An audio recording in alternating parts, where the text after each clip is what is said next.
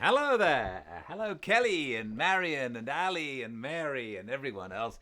I'm a couple of minutes late today. I'm sorry. I was on the other side of town and it's raining in Los Angeles, which makes everything happen more slowly. But I did make it here pretty much quicker than I thought I was going to be. I thought I was going to be several more minutes late, but I raced in. And here we are at Fireside Reading. If you're new, welcome. I'm so glad you found us. If you're a regular, that's even better. And thanks for coming. Currently, we are in the middle of The Sun Also Rises, Book 2. I'm thoroughly enjoying this book, and I hope you are too. Welcome to a fireside reading of The Sun Also Rises by Ernest Hemingway. Chapter 9. The Ledoux Kid Francis fight was the night of the 20th of June. It was a good fight. The morning after the fight, I had a letter from Robert Cohen, written from Henday. He was having a very quiet time, he said, bathing, playing some golf, and much bridge. Henday had a splendid beach, but he was anxious to start on the fishing trip. When would I be down? If I would buy him a double-tapered line, he would pay me when I came down. That same morning, I wrote Cohn from the office that Bill and I would leave Paris on the 25th, unless I wired him otherwise, and would meet him at Bayonne, where we would get a bus over the mountains to Pamplona. The same evening, about 7 o'clock, I stopped in at the Select to see Michael and Brett.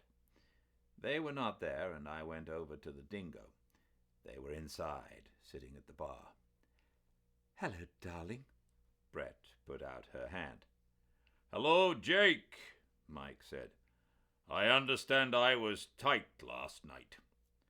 "Weren't you, though?" Brett said. "Disgraceful business." "Look," said Mike, "when do you go down to Spain? Would you mind if we came down with you?" "It would be grand." "You wouldn't mind, really? I've been at Pamplona, you know. Brett's mad to go. You're sure we wouldn't just be a bloody nuisance?" "Don't talk like a fool." "I'm a little tight, you know. I wouldn't ask you like this if I weren't. You're sure you don't mind?" "Oh, shut up, Michael," Brett said. "How can the man say he'd mind now?" "I'll ask him later." "But you don't mind, do you?" "Don't ask that again unless you want to make me sore. Bill and I go down on the morning of the 25th. "By the way, where is Bill?" Brett asked. "He's out at Chantilly, dining with some people." "He's a good chap." "Splendid chap," said Mike. "He is, you know."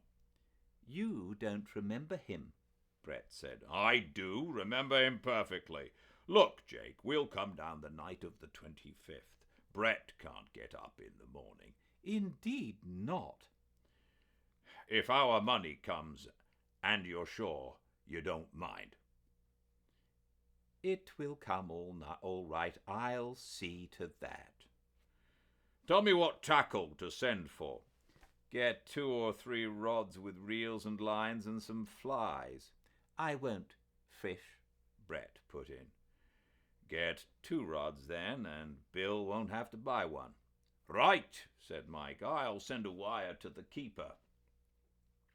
"Won't it be splendid?" Brett said. "Spain, we will have fun." "The 25th, when is that?" "Saturday." "We will have to get ready." "I say," said Mike, "I'm going to the barber's." "I must bathe," said Brett. "Walk up to the hotel with me, Jake. Be a good chap." "We have got the loveliest hotel," Mike said. "I think it's a brothel." We left our bags here at the Dingo when we got in, and they asked us at this hotel if we wanted a room for the afternoon only. Seemed frightfully pleased we were going to stay all night. "I believe it's a brothel," Mike said, "and I should know." "Oh, shut it and go and get your hair cut." Mike went out. Brett and I sat on at the bar. "Have another?" "Might." "I needed that," Brett said. We walked up the Rue de l'Ombre. "I haven't seen you since I've been back," Brett said. "No." "How are you, Jake?" "Fine." Brett looked at me. "I say," she said, "is Robert Cohen going on this trip?" "Yes. Why?" "Don't you think it will be a bit rough on him?" "Why should it?" "Who do you think I went down to San Sebastian with?" "Congratulations," I said. We walked along. "What did you say that for?" "I don't know. What would you like me to say?" We walked along and turned a corner. "He behaved rather well, too. He gets a little dull." "Does he?" "I rather thought it would be good for him." "You might take up social service." "Don't be nasty." "I won't." "Didn't you really know?" "No," I said. "I guess I didn't think about it." "Do you think it will be too rough on him?" "That's up to him," I said. "Tell him you're coming. He can always not come." "I'll write him and give him a chance to pull out of it." I did not see Brett again until the night of the 24th of June. "Did you hear from Cohn?" "Rather. He's keen about it." "My God. I thought it was rather odd myself. Says he can't wait to see me." "Does he think you're coming along alone?" "No, I told him we were all coming down together, Michael and all." "He's wonderful." "Isn't he?" They expected their money the next day. We arranged to meet at Pamplona. They would go directly to San Sebastian and take the train from there. We would all meet at the Montoya in Pamplona. If they did not turn up on Monday at the latest, we would go on ahead up to Bourguet in the mountains to start fishing. There was a bus to Bourguet. I wrote out an itinerary so they could follow us. Bill and I took the morning train from the Gare d'Orsay. It was a lovely day, not too hot, and the country was beautiful from the start. We went back into the diner and had breakfast. Leaving the dining car, I asked the conductor for tickets for the first service. "Nothing until the 5th. "What's this?" There were never more than 2 servings of lunch on that train, and always plenty of places for both of them. "They're all reserved," the dining car conductor said. "There will be a 5th service at 3:30. "This is serious," I said to Bill. "Give him 10 francs. "Here," I said. "We want to eat in the first service." The conductor put the 10 francs in his pocket. "Thank you," he said. "I would advise you, gentlemen, to get some sandwiches. All the places for the first 4 services were reserved at the office of the company." "You'll go a long way, brother," Bill said to him in English.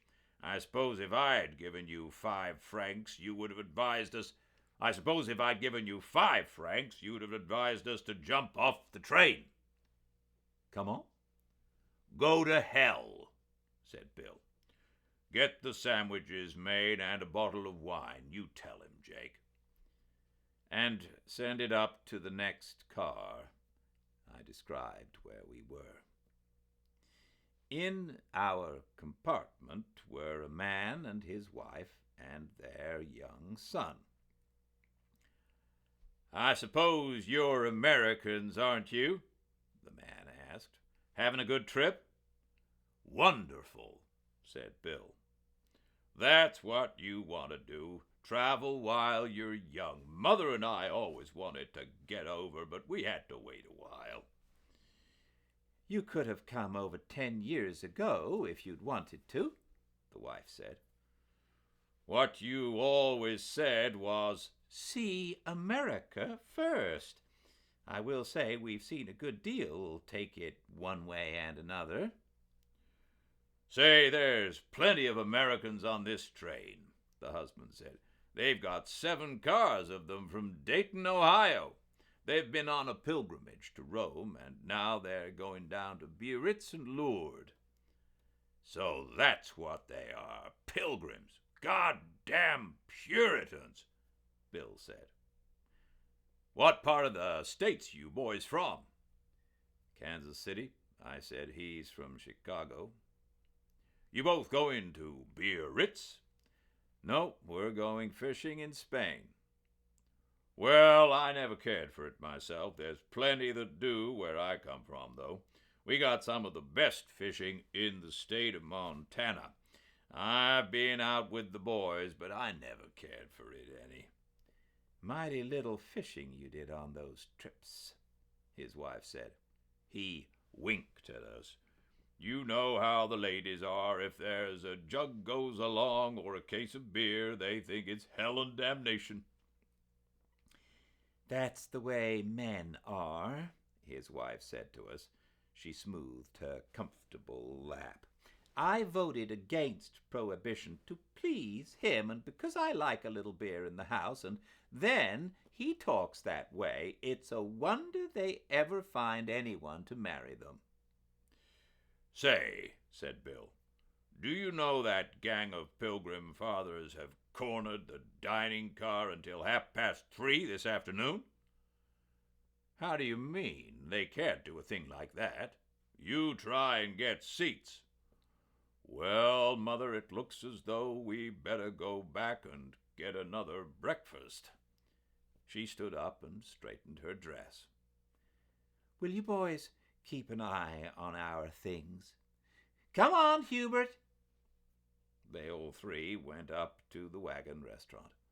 A little while after they were gone, a steward went through announcing the first service, and pilgrims, with their priests, commenced filing down the corridor. Our friend and his family did not come back. A waiter passed in the corridor with our sandwiches and the bottle of Chablis, and we called him in. "You're going to work today?" I said. He nodded his head. "They start now at 10:30. When do we eat?" "Huh? When do I eat?" He left 2 glasses for the bottle, and we paid him for the sandwiches and tipped him. "I'll get the plates," he said, "or bring them with you." We ate the sandwiches and drank the Chablis and watched the country out of the window. The grain was just beginning to ripen, and the fields were full of poppies. The pasture land was green, and there were fine trees, and sometimes big rivers and chateaux off in the trees. At Tours, we got off and bought another bottle of wine, and when we got back in the compartment, the gentleman from Montana and his wife and his son, Hubert, were sitting comfortably. "Is there good swimming in Biarritz?" asked Hubert. "That boy's just crazy till he can get in the water," his mother said. "It's pretty hard on youngsters traveling." "There's good swimming," I said, "but it's dangerous when it's rough." "Did you get a meal?"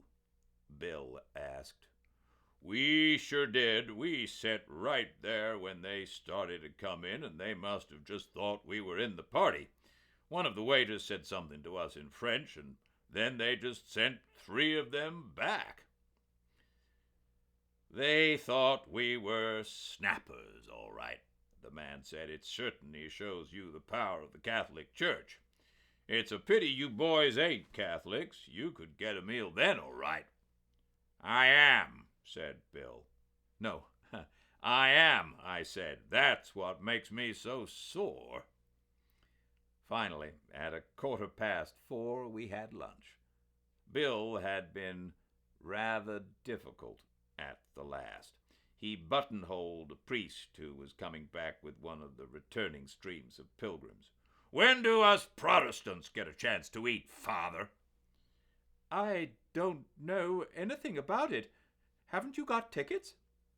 "It's enough to make a man join the clan," Bill said. The priest looked back at him. Inside the dining car, the waiters served the 5th successive table d'oatmeal.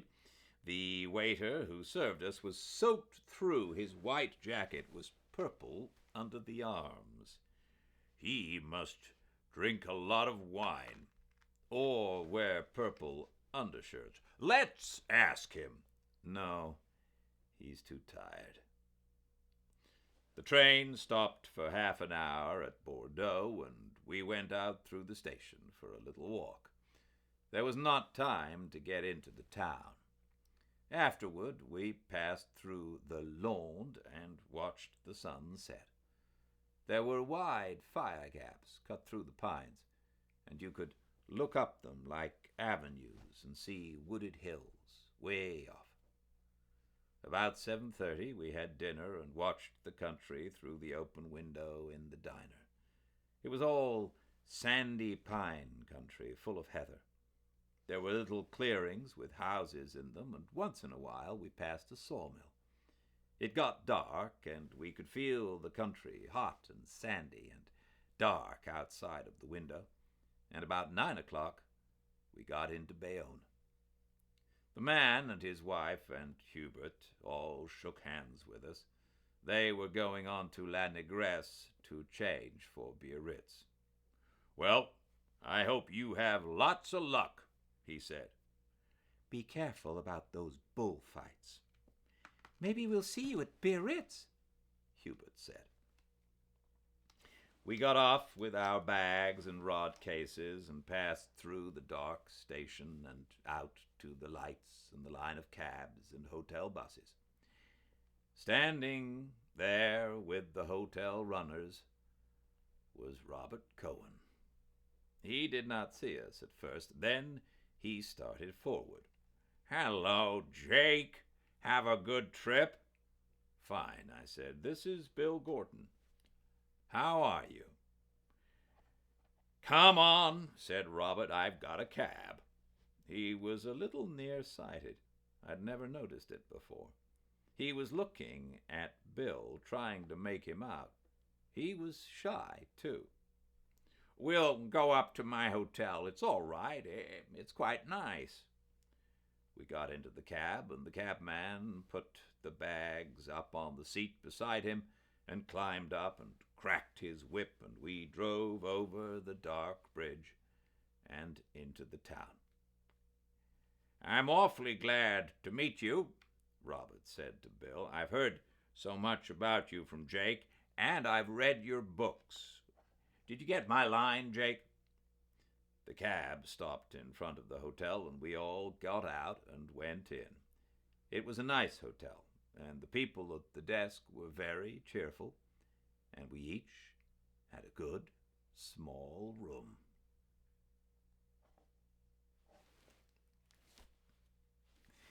Thank you all for joining me. More tomorrow, same time and place, 5 p.m. Pacific time, at Fireside Reading.